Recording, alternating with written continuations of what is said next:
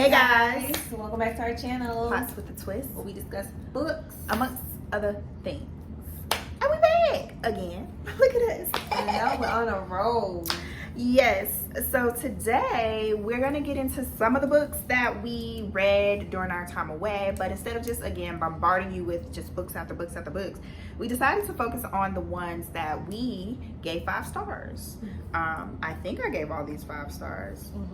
If I didn't, it's okay. Basically, these are the best books that we read, or we thought was the best over the last few months. But yeah, that's what we're focusing on today. So our best reads from the last few months. Let's get into it.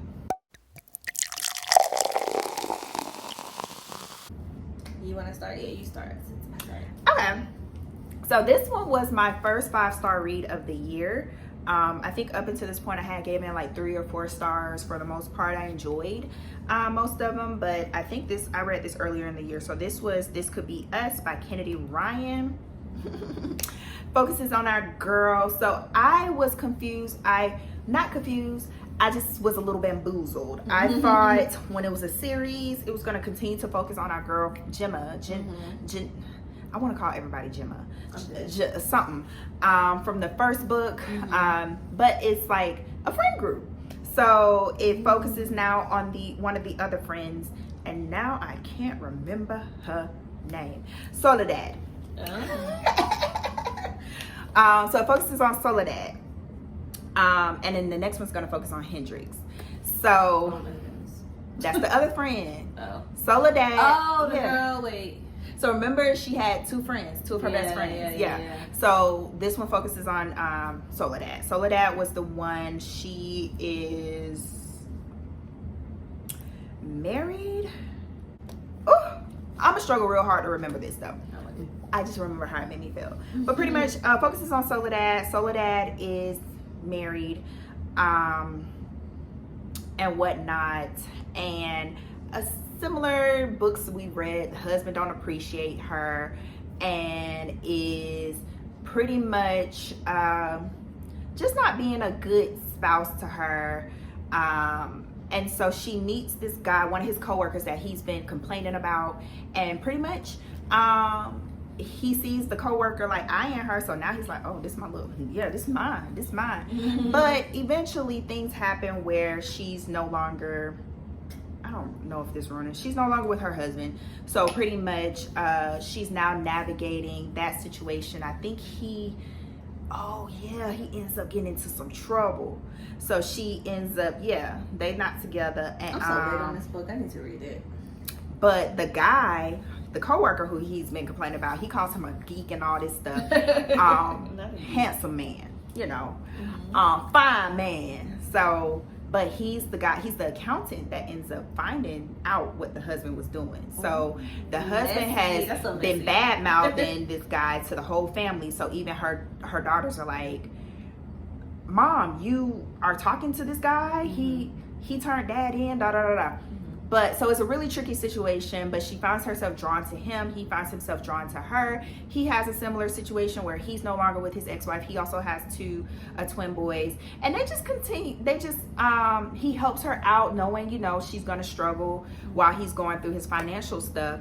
And ultimately, they build a bond and connection, and it's kind of like, should we take it there? It's complicated. My children hate you, basically. But I think this could be something real. So, yeah, it was good. Yes. I gotta read it. It was. So. Okay, so first on my list is a book that I know I've mentioned here because it was probably like the first book I read this year. And it was my first 5-star read of the year. So, and that is House of Bane and Blood. I think it's gonna be a 3rd book if I'm not mistaken, but by Alexis Menard. So this follows Camilla Marchese and Nikolai Otano. They are rival families in a world. It's like in a fantasy world, and Lynch Haven is the neighborhood or whatever. So their rival families are from opposing sides, and basically Nikolai and Camilla they end up getting married to kind of bring peace and as a business deal for their families. That kind of settles the debts for the Marchese family, and basically is like a good business for the Tanos. And so Nikolai, he has what's called a remnants, like a power or whatever, and Camilla, she does not. I'm trying to think, I read this book so long ago. So yeah, they basically join together in order to kind of just stop their families from this like long fighting that they've been doing for years. And so they hate each other, but then you know what happens. They're both attracted and they start to love each other. And then with that comes all these other twists and turns. It's based in a fantasy world, so there's some other little dark secrets going on there too. And I just really enjoyed it. I forgot who told me about this book or how I found it. Oh, somebody said it was like if it's like Peaky Blinders, but if they had like in a fantasy world with powers. Peaky Blinders is a good show. You need to watch it. But King yeah, Viserys was on there. Huh? King Viserys was on there. I don't even remember him on there, but yeah. So it was really, really good romance, and they built up the romance so good. Like it was a lot of back and forth, but not to the point where it was annoying. It was kind of like, I don't know if I can trust you because your family wants this and my family wants that, but I'm also can't hide that I'm feeling this like attraction for you. And it was just really cute, and I loved it, and it started me off on a good path this year. So Okay. on a romance path. Cute. All right, so for me, I love her, and I love her writing. It's redundant, it's repetitive, it's the same main character, different events sometimes, but it still takes you there. And that is Funny Story by Emily Henry. This is now the 4th book I've read of hers, and the giving is still good. Whether you can say she writes the same stuff, it's still good, it's still entertaining, it still like pulls you in. So Funny Story, really enjoyed it. So that one focuses. I need to read that too. You'll do. I'm not gonna remember these characters' names, but focuses on a woman. She's dumped shortly before her wedding. She moved to this town for him. Moved into this house for him. All this, that, and third, and now she finds herself kind of homeless with nowhere to go. He left her for his childhood best friend that he ends up, cheating with during his bachelor party. And so she also breaks up with her boyfriend. And so basically finding herself in a bind, she decides to move in with the new girlfriend, or basically the two exes move in together. Because she has nowhere else to go. So she's a librarian. We always want to put some conflict with a couple. Right. So she's a librarian and works the children's division. She really enjoys it, but she's like, I'm gonna move closer to my mom. So the story is like her counting down the days till she can move. So pretty much she doesn't know much about her roommate except for they were both, left by, the best friends. And sometimes they kind of come together, but she's made a lot of assumptions about him, and pretty much, later on discovers he's not a bad guy. And so they find themselves in a situation where they're both invited to the wedding, and they're like, why would they invite us? But hey, we should go. On a drunken night, they make that decision, RSVP.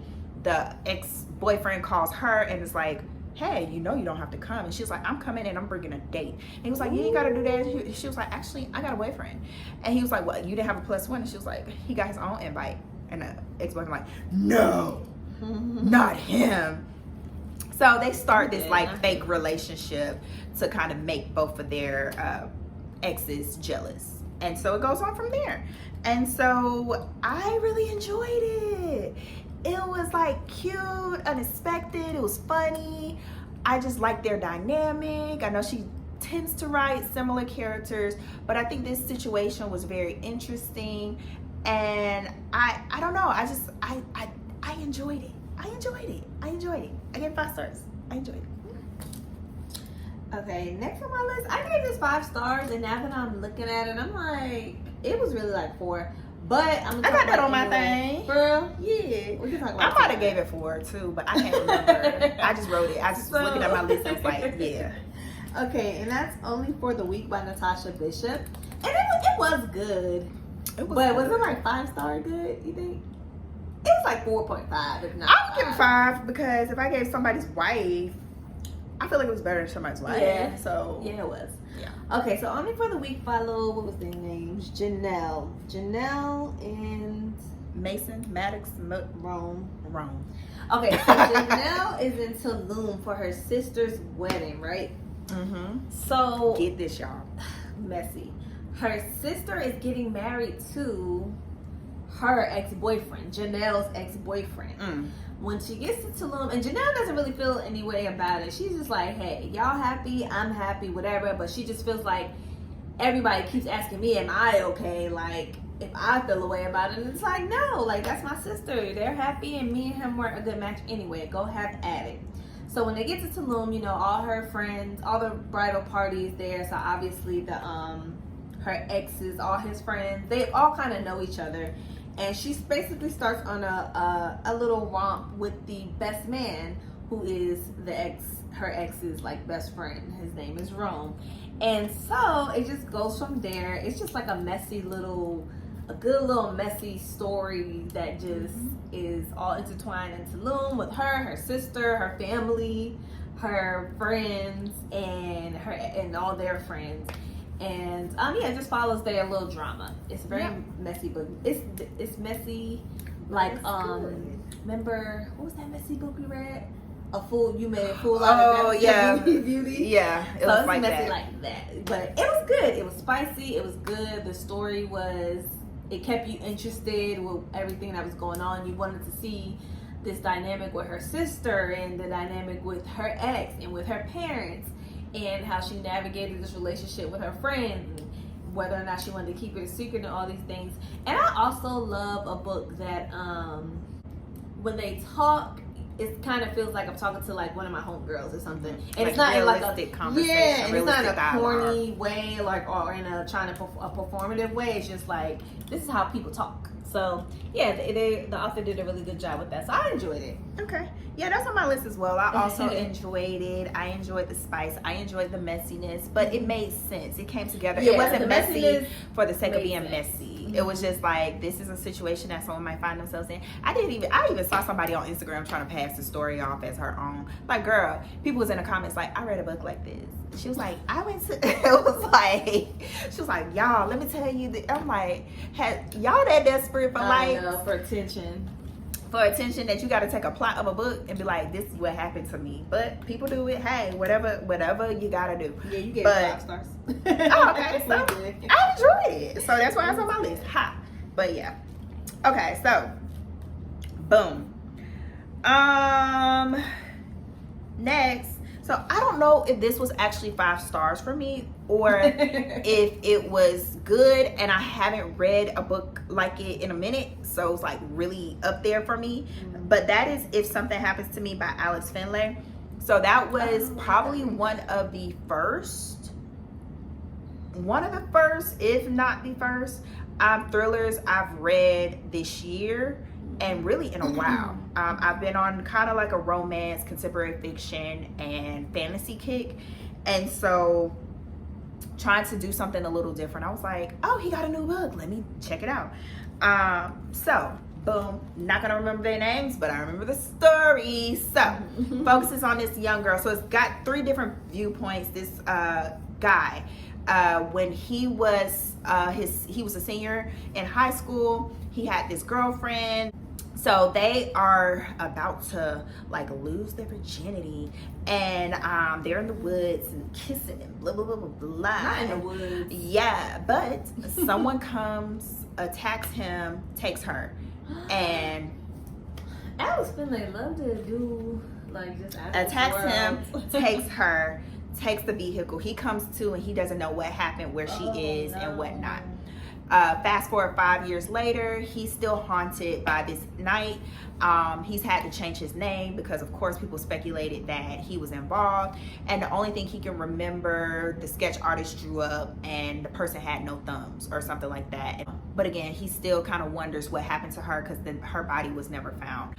It also focuses on the sheriff, deputy sheriff. She's new. She used to be military, police, and pretty much found this job in her hometown as a deputy sheriff because nobody else wanted the job.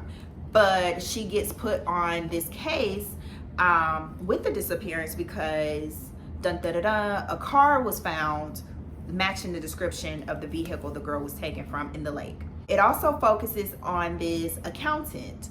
He lives in a neighboring town or state. I think he's drawn in with the Kansas mafia.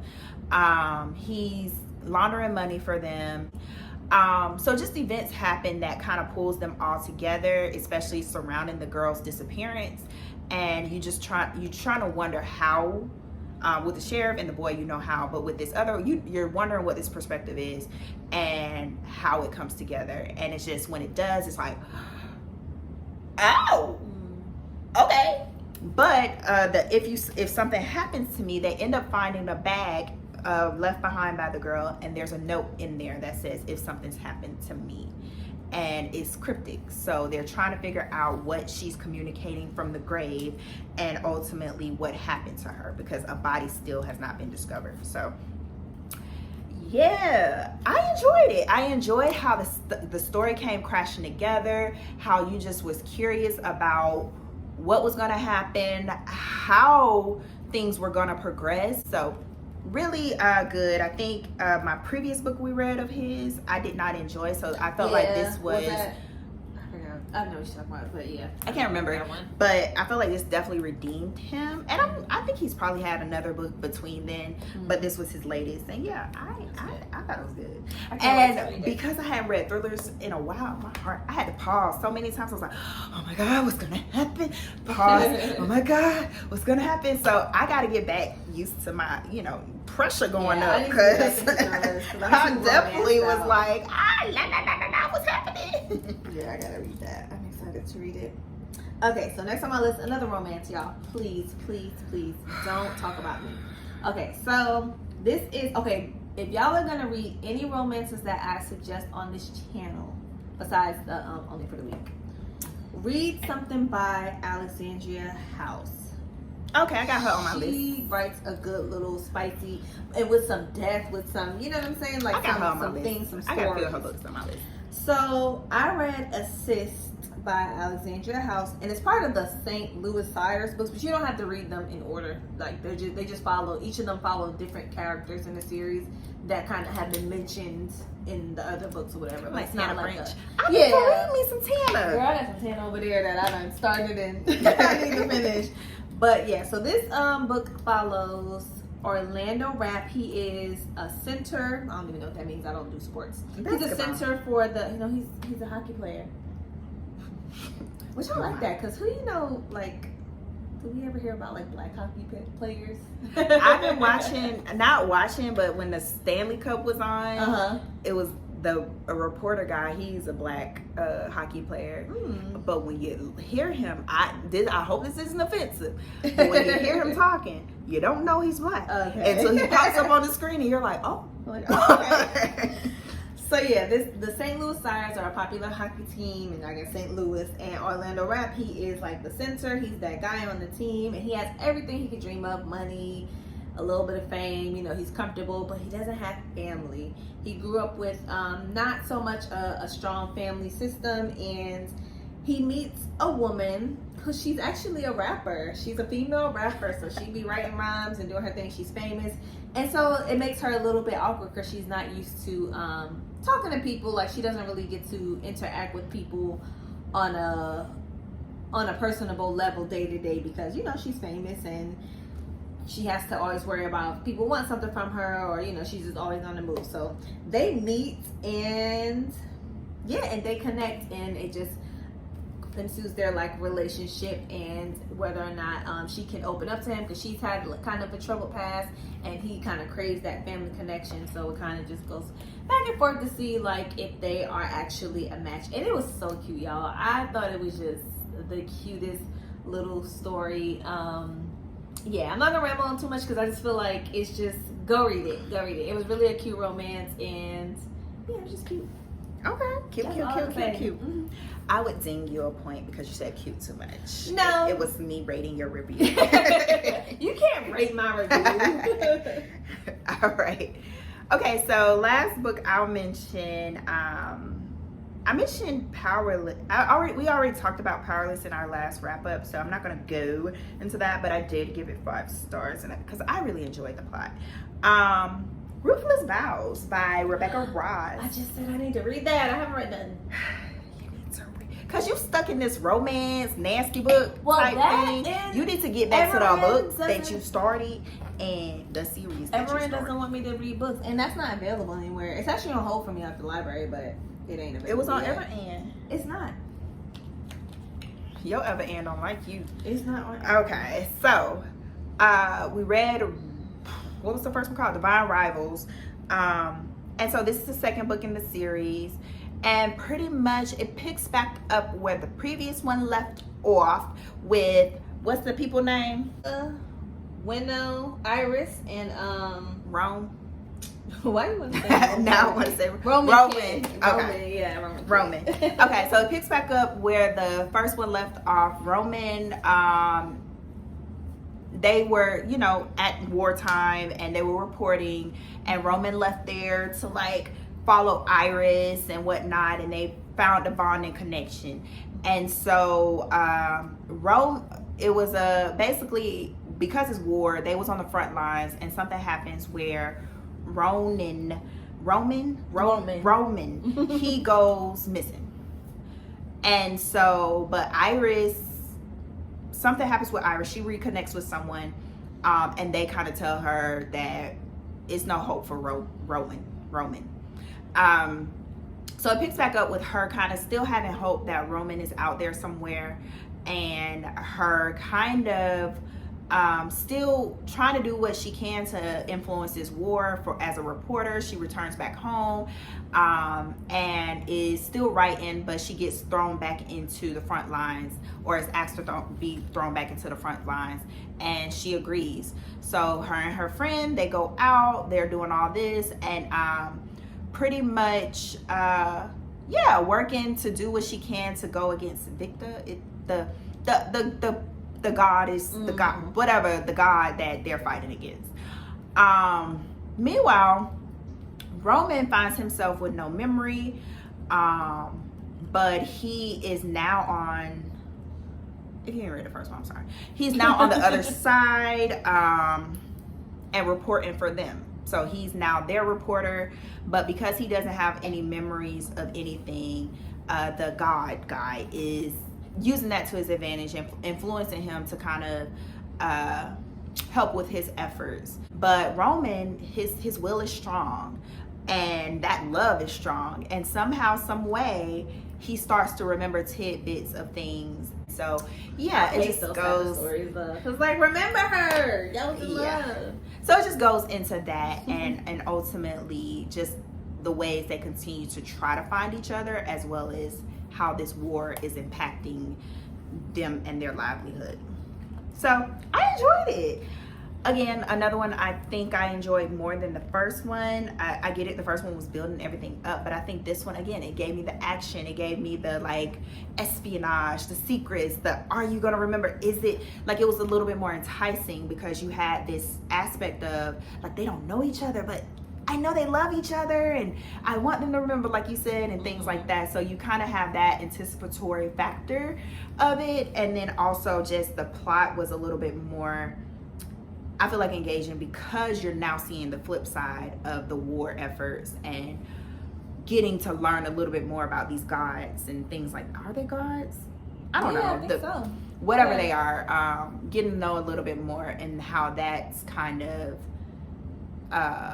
taking an impact on mankind. So I enjoyed it. I can't wait to read it. It's been on my list forever. Read it. They hating on me. They want me to read. Okay, y'all. So listen, I'm romanced out. This is, trust me, when I come back, when you see more videos, I'm gonna have thriller. I'm gonna have I don't trust that. what you call it? What's my favorite type of read? I love a girl coming of age story. I haven't read one of those in a while. Girl, you are not gonna read no coming of age. I do like those. I just haven't read like a what's it called? Eleanor Oliphant is fine. Like one of those, you know. But that's not really a coming of age. Not coming of age, but oh well, then you should read. I ended up enjoying this one, but what a stressed out book. Yeah, but I ended up enjoying this. It was kind of a little bit on a flip side at first, but I hope this finds you well. That was a good one. I heard of that. I'm gonna put it on. It was good. But it wasn't 5 stars, but it was good. Until then, y'all, romance. It's giving romance. So, like, all of these are romance. Like, from here to up here. So, it's a series. There's 3 books in a series. It's the McLean Brothers series. I'll just say, because 2 out of it's 4 books.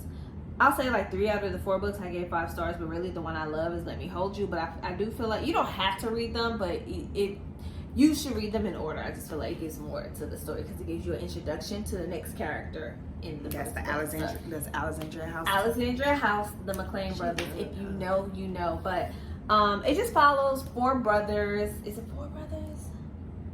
Yeah, I think there's 4 brothers and a sister, and she has her own little story at the end too. So it follows 4 brothers, and it starts with Leland McLean. He's a rapper, Big South, and he's divorced, has an older daughter, and not necessarily looking for love because he was kind of scorned by his first wife, or his ex-wife, and it just follows like the brothers in their search for love basically, and them finding it and completing it, and it's just such a good story and example of, I would say healthy black love, because there's no like toxicity, but you know, in the backstories there's sometimes some trauma and things that kind of keep people from wanting to pursue love again, but then they're able to find these healthy grown relationships. So I just really enjoyed it, and that's it. I'm sorry, I'm a romance girl, like y'all know this by now. So all right, that is it for us, you guys. I hope you enjoyed this video. Like, subscribe, ring the bell, let us know what you want to see, and we'll be back next time. Bye.